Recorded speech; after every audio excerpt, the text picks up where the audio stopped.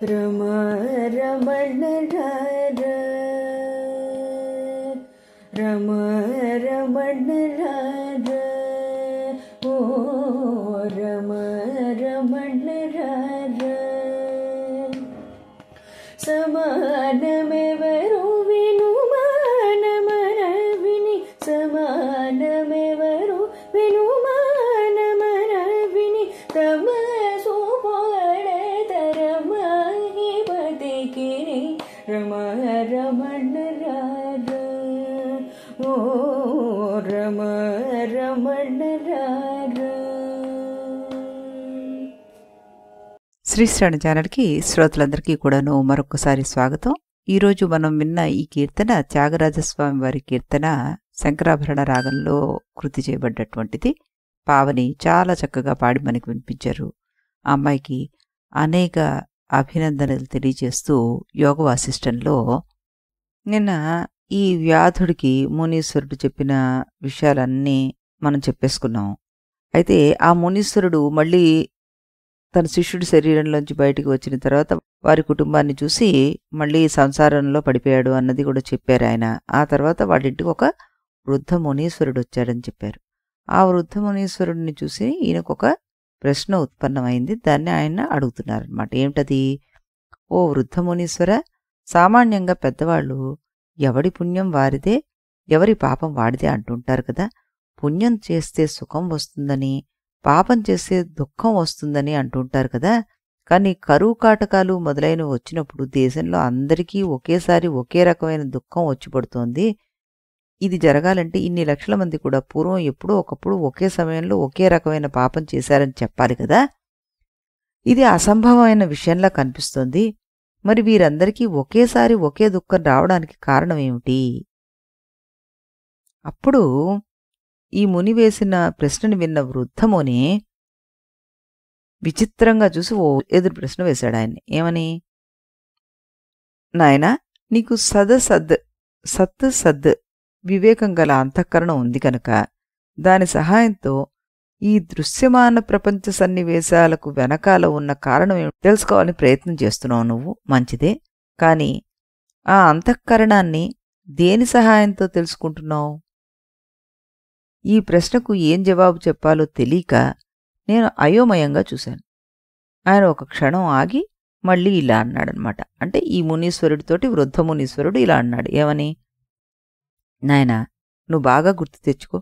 మౌలికంగా నువ్వెవడివో, ఎక్కడి వాడివో, ఇక్కడికి ఎందుకు వచ్చావో, ఈ దృశ్యమేమిటో, అందులో ఉన్న సారమేమిటో అన్నీ గుర్తు చేసుకో. బాబు, ఏమీ గుర్తు రావడం లేదా?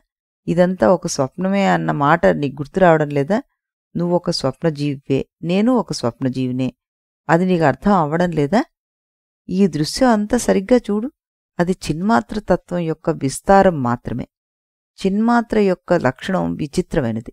ఆ చిన్మాత్ర తత్వం ఎక్కడ ఏది ఉందనుకుంటే అక్కడ అది ఉంటుంది. అందుకనే సకారణత్వ కలనాత్ సర్వమస్య సకారణం, అకారణత్వ కలనాత్ అస్య సర్వం అకారణం అంటూ 149వ సర్గలో 17వ శ్లోకంలో చెప్పారన్నమాట. అది అదృశ్య వస్తువులన్నిటికీ కారణం ఉందనుకుంటూ ఉంటుంది, లేదనుకుంటే కారణం ఉండకుండా ఉంటుంది. మనం ఇప్పుడు భావించే సమష్టి వ్యష్టి భావన కూడా ఈ చిన్మాత్ర మీదే ఆధారపడి ఉంది. ఎలాగంటే మనమంతా కలిసి ఒకానొకడి స్వప్నలోకంలో జీవిస్తున్న జీవులం కనుక వాడు మనకు విరాట్ పురుషుడు. వాడు స్వంత దృష్టిలో వాడు విరాట్ పురుషుడు కాదు. అది మనం మన దృష్టితో చేస్తున్న కల్పన. వాడి దృష్టిలో వాడు వ్యష్టి పురుషుడే. కాగా ఒక్కొక్క వ్యష్టి పురుషుడు ఒక్కొక్క జీవ బృందానికి విరాట్ పురుషుడు అవుతున్నాడు. ఆ విరాట్ పురుషుడి మనస్సులో కలిగే సంకల్పాలను బట్టి, తత్ఫలితంగా వాడి నాడుల్లో కలిగే ధాతురస సంచారాల భేదాలను బట్టి వాడి లోపల ఉండే జీవ బృందానికి వ్యష్టిగాను సమిష్టిగానే సుఖదుఖాలు వచ్చి పడుతూ ఉంటాయి. నువ్వు చెప్పిన కరువు కాటకాది సన్నివేశాలకు కారణాలు ఆ విరాట్ పురుషుడి నాడుల్లోని ధాతువుల కల్లోలాలే అన్నమాట.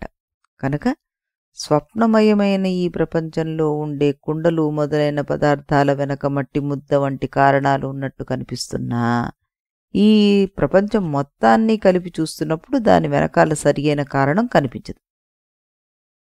కారణం లేకుండా పుట్టే పదార్థాన్ని సత్య పదార్థంగా అంగీకరించడానికి వీల్లేదు. కనుక ఉన్నది చిన్మాత్ర పరబ్రహ్మే గాని జగత్తు కాదు.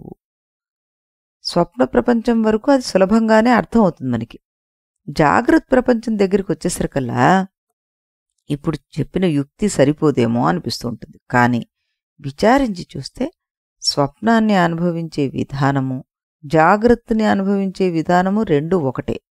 దీన్ని బట్టి అవి రెండు జన్మించే విధానాలు కూడా ఒకటే అంటూ బ్రహ్మవేత్తలు గ్రహించారు. దాన్ని బట్టే జాగ్రత్త ప్రపంచం కూడా అద్వితీయ పరబ్రహ్మమయం అని వారు నిశ్చయించారన్నమాట. అప్పుడు ఈ సంసారంలో మునిగిపోయినటువంటి ముని ఏమని అడిగారు? కారణం సత్యమైతే కార్యం సత్యమే కావాలి. మట్టి ముద్ద ఒక సత్యం, కుండ మరో సత్యం. అలాగే పరబ్రహ్మం ఒక సత్యం, జగత్తు మరో సత్యం కావాలి. అప్పుడు బ్రహ్మ అద్వితీయం అని మీరు ఎందుకంటున్నారు అంటూ అడిగాడనమాట. వృద్ధముని అన్నారు, జగత్తు కూడా సత్యమే అనడానికి మట్టి ముద్ద కుండ ఉదాహరణను నువ్వు చెప్పావు, బానే ఉంది. మరి ఈ జగత్తులో ప్రతి పదార్థానికి ఒక కారణం ఉండాలి కదా. మరి ఆకాశానికి కారణం ఏమిటి చెప్పు? అక్కడ ఏ కారణం దొరకడం లేదుగా నీకు. ఇక్కడ ఆకాశం అంటే ఎప్పుడు కూడాను మనం స్పేస్ అన్నదే తీసుకోవాలి, పైన కనిపించే స్కై అనుకోకూడదు. కారణం లేకుండా వచ్చింది కనుక ఆకాశం అసత్యం అని చెప్పాలి. ఆకాశమే అసత్యమైతే దానిలో ఉండేది పృథివ్యాది పదార్థాలు సత్యం ఎలా అవుతున్నాయి? కనుక నువ్వు చెప్పిన యుక్తి ఇక్కడ కుదరదు. అందువల్ల బ్రహ్మ ఒక్కటే సత్యం, అది అద్వితీయం అన్నారు. అప్పుడు ఈయన అడిగాడనమాట, ఏది ఈ సంసారంలో మునిగిపోయిన ముని, అయితే ఈ ప్రపంచంలో పదార్థాలన్నీ మనకెందుకు కనిపిస్తున్నాయి అంటూ. మళ్ళీ అప్పుడు వృద్ధముని అన్నారు, భ్రాంతి వల్ల. భ్రాంతి స్థిరపడ్డ కొద్దీ పదార్థాలన్నీ స్థూల పదార్థాలనే అనుభూతి కలుగుతూ ఉంటుంది. భ్రాంతి మొదట్లో ఎలా ప్రారంభమైందో అలాగే సాగిపోతూ ఉంటుంది. సామాన్యంగా హిరణ్యగర్భుడి మొదటి భ్రాంతి ఏ సంకల్పాలు చేసిందో ఇవి ఇప్పటికీ అలాగే సాగిపోతూ ఉన్నాయన్నమాట. ఎప్పుడో చాలా విశేష సందర్భాల్లో తప్ప వాటిలో మార్పు రాదు. ఇలాంటి హిరణ్యగర్భ సంకల్ప ఫలంగా ఒకప్పుడు కొన్ని లక్షల మంది కలిసి ఒకే రకమైన పాపపుణ్యాలు చెయ్యవచ్చు, తత్ఫలితంగా ఒకే రకమైన సుఖదుఖాలను పొందవచ్చు. వీటిని బట్టి నువ్వు గ్రహించాల్సింది ఏంటంటే ఈ ప్రపంచం మొత్తం అసత్యమని, ఒక పరబ్రహ్మ సత్యమని మాత్రం గ్రహించాలి అంటూ 149వ సర్గలో చెప్పారనమాట. అప్పుడు ఈ సంసారంలో మునిగిపోయిన ముని ఉన్నారు కదా, ఆయన బోయవాడితో ఏం చెప్తున్నారు? నాయనా బోయవాడా, ఈ విధంగా అతిథిగా వచ్చిన ఆ వృద్ధముని నాకు రకరకాల తత్వబోధలు చేసేసరికల్లా నాకు పరిపూర్ణ తత్వజ్ఞానం కలిగింది. అప్పటినుంచి నేను మళ్ళీ మునిగానే మారిపోయాను. ఆ వృద్ధముని నా మీద దయతోటి నా వద్దే ఉండిపోయాడు. ఇదిగో ఆ పక్క గదిలో పడుకునున్నాడే చూడు, ఆయనే అన్నాడు. అప్పుడు బోయవాడన్నాడు, స్వామి, మీరు చెప్తున్నదంతా మీ శిష్యుడి హృదయంలోకి మీరు దూరినప్పుడు మీకు కలిగిన స్వప్న అనుభవం కదా. అప్పుడు మీకు స్వప్నంలో కనిపించిన వాడు ఇప్పుడు జాగ్రత్త దశలో మీ ఇంట్లో ఎలా ఉంటున్నాడు, నాకెలా కనిపిస్తాడు అని అడిగాడు. ముని అన్నాడు, అది తెలియాలంటే నా అనుభవం ఇంకా కొంత నీకు తెలియాలి. ఆ విధంగా వృద్ధముని చేసిన బోధకు నేను సంతోషించి ఆ విషయాలనే మరింత మననం చేసుకుని చివరికి ప్రపంచమంతా భ్రాంతిమయం అని, గురు శిష్యులనే భావం కూడా భ్రాంతిలో భాగమని, నిజంగా ఉన్నది ఒక పరబ్రహ్మేనని, రెండవది లేదు కనుక విడిచిపెట్టదగంది కూడా ఏమీ లేదని నిశ్చయానికి వచ్చేశాను. అలా కొంతకాలం తర్వాత నేను ఆ వృద్ధమునితో నా నూతన అనుభవాలను పంచుకుంటూ మాటల మధ్యలో ఇలా అన్నాను. ఈ సంసారముని అడుగుతున్నారనమాట ఆ వృద్ధమునిని, ఏమని? మహర్షి, నేను పూర్వం మునిగా ఉండగా నా శరీరాన్ని పక్కన పెట్టి నా శిష్యుడి హృదయంలోకి ప్రవేశించాను కదా. ఇప్పుడు ఒకసారి మళ్ళీ వెనక్కి వెళ్ళి ఆనాటి నా పాత శరీరం ఎలా ఉందో చూడాలనిపిస్తుంది, అనుమతి ఇవ్వండి అన్నాడు. ఇంకెక్కడ పాత శరీరం అయ్యా? ఆనాటి నీ శరీరం, నీ శిష్యుడి శరీరం, నీ ఆశ్రమం అన్నీ ఎప్పుడూ కాలి బూడిదలైపోయాయి. కావాలంటే స్వయంగా నువ్వే చూసుకో. ఆ వృద్ధముని ఆ విధంగా చెప్పేసరికలా నాకు పూర్తిగా నమ్మబుద్ధి కాక మనమే స్వయంగా చూసుకుందాంలే అని యోగధారణలోకి ప్రవేశించాను. అలా ప్రవేశిస్తూ ఓ మహర్షి, నేను మళ్ళీ తిరిగి వచ్చేదాకా తమరిక్కడే ఉండాలి అని మా గురువుగారికి మనవి చేసుకుని మరీ ప్రవేశించాను. ఆయన కూడా సరే అన్నారు. నేను వెంటనే యోగాగ్నిలో ప్రవేశించి వాయుస్వరూపాన్ని ధరించి ఆకాశమంతా వెతికాను. పూర్వం నేను ఏ కంఠ ద్వారంలోంచి శిష్య హృదయంలోకి ప్రవేశించానో ఆ ద్వారం నాకిప్పుడు కనబడనే లేదు. పోనీ బయటికి పోయేందుకు మరో మార్గం ఏదైనా దొరుకుతుందేమో అనుకుంటే అది దొరకలేదు. తిరిగి అలసిపోయి వెనక్కి వచ్చి మళ్ళీ మా గురువుగారిని అడిగాను. మహర్షి, ఇదేమిటి, ఎంత వెతికినా ఈ ప్రపంచంలోంచి ఆ ప్రపంచంలోకి పోయే మార్గం దొరకట్లేదు అంటూ. అప్పుడు ఆ వృద్ధముని అన్నారు, నాయనా, నువ్వు ఇప్పుడు ఆ పాత శరీరాన్ని భౌతికంగా ప్రత్యక్షంగా చూడాలనుకుంటున్నావు. అది సాధ్యం కాదు. కావాలనుకుంటే నీ యోగనేత్రంతో చూడగలవు అన్నారు. అప్పుడు నేను అడిగాను, అదేమిటి, ఎందువల్ల అని అడిగాను. నువ్వు ఆ అవస్థాత్రయాన్ని పరిశీలిద్దామనే ఉద్దేశంతో పరకాయ ప్రవేశ విద్యను ఆశ్రయించి నీ శిష్యుడి శరీరంలోకి ప్రవేశించావు. అక్కడ రకరకాల పరిశీలనలు జరుపుతున్న తరుణంలో బయట కారు చిచ్చులు కమ్మి నీ ఆశ్రమం అంతా కాలిపోయింది. అందులో భాగంగా నీ శరీరము నీ శిష్యుడి శరీరం కాలిపోయి బూడిదలైపోయాయి అన్నాడు. ఇది సర్గ 150లో చెప్పారనమాట. అందువల్లే నీకు ఆ పాత దేహాల దగ్గరికి వెళ్లేందుకు తగిన మార్గం కనబడడం లేదు. అలనాటి అనుభవ ప్రారంభ దశలో నీకు అది అన్యదేహం, అందులోనూ స్వప్నదశ. కానీ అభ్యాస బలం వల్ల అదే నీకు జాగ్రత్త దశగా మారింది. తదేవ స్వప్నం ఏవాయం జాగ్రద్భావం ఉపాగత అన్నారు. ఇది 151 సర్గలో 9వ శ్లోకం. ఈ దశలో నీకు మేము స్వప్న పురుషులము, మాకు నువ్వు స్వప్న పురుషుడివి. నిజంగా ఇక్కడ ఉన్నది చిదాకాశం మాత్రమే. అది తనలో తానే ఉంది. కావాలంటే నువ్వు ధ్యానంలోకి వెళ్ళి చూడు, నీకే అర్థమవుతుంది అన్నారు. ఆ తర్వాత ఈ చిన్నముని ఈ బోయవాడితో అంటున్నాడు, నాయనా బోయవాడా, అలా చెప్పి మా గురువుగారు ఆ రాత్రి హాయిగా నిద్రపోయారు. నాకు మాత్రం నిద్ర పట్టలేదు. ఈ విషయాల గురించి ఆలోచిస్తూ కూర్చుండిపోయాను. తెల్లారిపోయింది. మా గురువుగారు లేచి కూర్చున్నారు. వెంటనే నేను ఏవం స్వప్నో విభో సర్వః సద్రూప ఇతి మే మతిః అంటూ 152 సర్గులో 2వ శ్లోకంలో అడిగానమాట. మహర్షి ఆలోచించగా స్వప్నం సత్యమేనేమో అని అనిపిస్తోంది నాకు అన్నాను అని అర్థం అనమాట ఆ శ్లోకానికి. అదే అడిగాను అన్నారు. అప్పుడు వృద్ధముని అన్నారు, నా మొహంలే ఉంది. నువ్వేం ఆలోచిస్తున్నావంటే జాగ్రత్త ప్రపంచానికి స్వప్న ప్రపంచానికి భేదం లేదు గనుక అయితే 2 సత్యాలు కావాలి, లేకపోతే 2 అసత్యాలు కావాలి. అంతేగాని వీటిలో ఒకటి సత్యమైనే మరొకటి అసత్యం కావడానికి వీల్లేదు. అయితే లోకంలో ప్రతివాడు స్వప్నం అసత్యం అని నమ్మేస్తున్నాడు. దాన్ని ఆధారంగా చేసుకుని కొందరు శాస్త్రకారులు జాగ్రత్త కూడాను అసత్యమేనని సిద్ధీకరిస్తున్నారు. నువ్వేమో ఇప్పుడు రాత్రెల్లా ఆలోచించి ఏం తేల్చావంటే లోకంలో ప్రతివాడు జాగ్రత్త సత్యం అని గట్టిగా నమ్మేస్తున్నాడు కనుక దీన్ని బట్టి స్వప్నం కూడా సత్యమేనని ఎందుకు చెప్పకూడదు అని అనేస్తున్నావు. ఈ మాట కూడా నువ్వు నిశ్చయంగా చెప్పలేకపోతున్నావు. అందుకనే నువ్వు అనిపిస్తోంది అంటున్నావు. నీ ఊగిసలాటకి కూడా తగిన కారణం ఉందయ్యా. ఈ జాగ్రత్త ప్రపంచం సత్యమని ప్రతివాడు నమ్మేస్తున్న మాట నిజమే. కానీ ఆ నమ్మకం వెనకాల బలమైన నిరూపణ ఏదైనా ఉంటే దానిమీద ఆధారపడి మనం ముందుకు సాగచ్చు. సరిగ్గా ఆలోచిస్తే స్వప్నంలో ఉన్నంత మాత్రపు సత్యత్వం కూడా ఈ జాగ్రత్తల్లో లేదు అన్నారు ఆ పెద్దముని. అప్పుడు ఈ చిన్నముని అన్నారు, అదెలాగా? అది కూడా అర్థం కావడం లేదా నీకు? అందుకే నువ్వు బోయేవాడికి గురువు కాబోతున్నావు. అది అలా ఉంచు. అసలు విషయం చెప్తా విను. ఇక్కడ సత్యం అంటే నీ ఉద్దేశం ఏమిటి?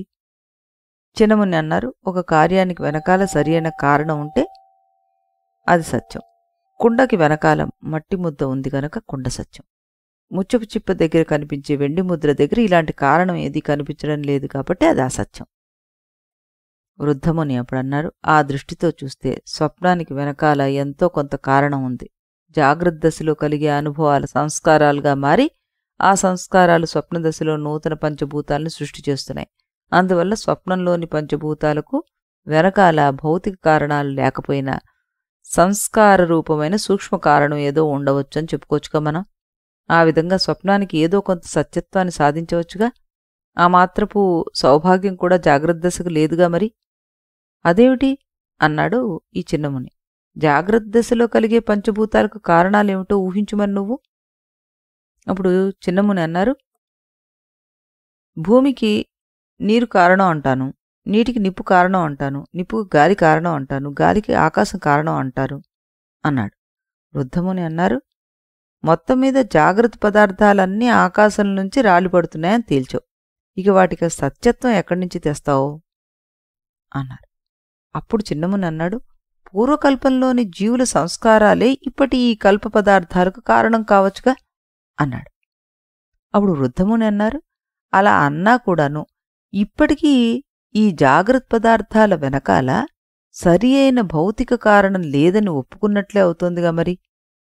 అదీకాక పూర్వ సంస్కారాలు కొంచెంసేపు నిలబడ్డాయి అంటే బావుంటుంది కానీ ఎక్కువసేపు నిలబడి ఉన్నాయంటే బావుంటుందా? క్రిందటి ప్రళయం తర్వాత మళ్ళీ ఒక కల్పం కాలం ఆగితే గాని సృష్టి మొదలు కాదని శాస్త్రాలు చెప్తున్నాయి. అంత దీర్ఘకాలం పాటు పాత సంస్కారాలు యథాతథంగా నిలబడి ఉన్నాయనడం యుక్తియుక్తంగా ఎక్కడైనా ఉందా నీకు చెప్పు. కనుక స్వప్నానికి మిగిలినంత మాత్రపు సత్యత్వం కూడా ఈ జాగ్రత్తకు లేదయ్యా. అందువల్లనే తత్వవేత్తలు జాగ్రత్త అసత్యమని, దాన్ని బట్టి స్వప్నం కూడా అసత్యమని నిర్ణయించారు. అంతేకాని స్వప్నాన్ని బట్టి జాగ్రత్త అసత్యం అనడం లేదు. స్వప్నదశలో ఉన్నవాడు స్వప్నం సత్యమనే నమ్ముతాడు, వాడికి సందేహం ఉండదు. నువ్వు స్వప్నంలోంచి ధ్యానంలోకి వెళ్ళి ఏదేదో వెతుక్కుని మళ్ళీ వెనక్కి వచ్చి స్వప్నం సత్యమేనేమోనని సందేహం వ్యక్తం చేస్తున్నావేమిటి? నువ్వు ధ్యానంలో ఉండి మాట్లాడుతున్నావా, స్వప్నంలో ఉండి మాట్లాడుతున్నావా, యుక్తిలో ఉండి మాట్లాడుతున్నావా? ఎటు చూసినా నీ ఆలోచన సరికాదయ్యా అన్నారు. ఆ తర్వాత ఈ చిన్నముని, స్వామి మీరు చెప్పింది బానే ఉంది, అది సరే కానివ్వండి, మీరు ఇంత ఓ మాట అనేశారు, నన్ను బోయగురువు అంటున్నారేమిటి? అది కేవలం నన్ను ఎత్తిపడవడానికా, వేరే ఏదైనా అంతరార్థం ఉందా అంటూ అడిగారనమాట. మరి దానికి సమాధానం ఈ పెద్దముని ఈ వృద్ధముని ఏం చెప్పారు అన్నది మనం రేపు ఇదే సమయానికి ఇదే ఛానల్లో శ్రీరాముల వారి కీర్తన విన్న తర్వాత అప్పుడు చెప్పుకుందాం. అంతవరకు సెలవు.